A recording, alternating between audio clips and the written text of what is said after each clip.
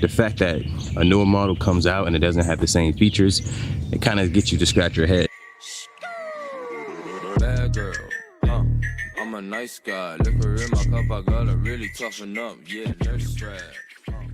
So as the title of this video says, I had this device for over a year now, and I'm wondering if there's anyone out there who's looking to get this device still, and if it's a good purchase for them.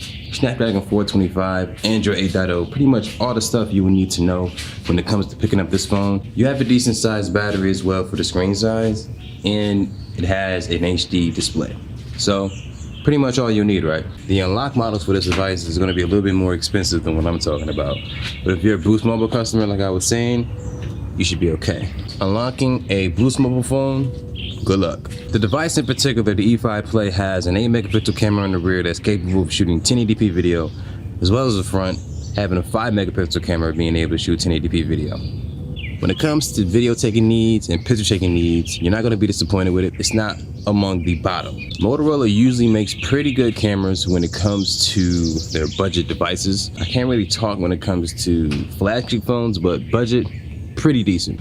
Another thing to keep in mind is that the device is going to be running Android 8.0. So as far as the latest software version, Android 9, it's probably not going to happen for this phone. You'll probably have to be one of those people who go out and get the E6 or the E6 Play if it ever comes out, and it will have Android 9, not this one. Along with having those cameras on the front and back, both of them do have LED flashes, so in the nighttime you should be okay when it comes to taking pictures and selfies. That should be no issue. One of the negative things about this device is that it doesn't have things that the previous generation did have.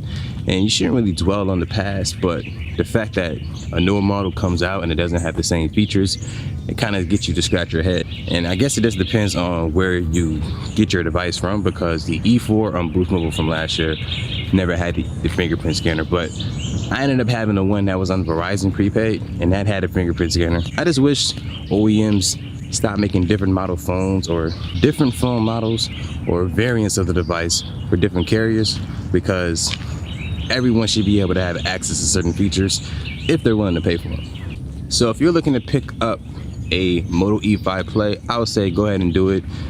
With it having a 25 or 2800 milliamp hour battery and a 5.2 inch screen, battery life shouldn't be an issue for you. It shouldn't be one of the main things of your concern, but it can get you through an entire day. That's not going to be a problem.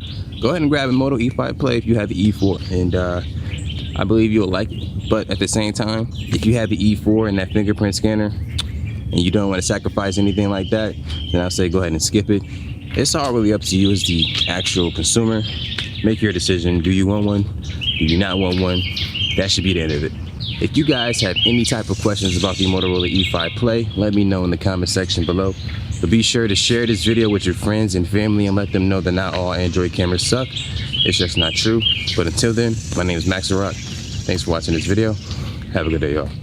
Deuces.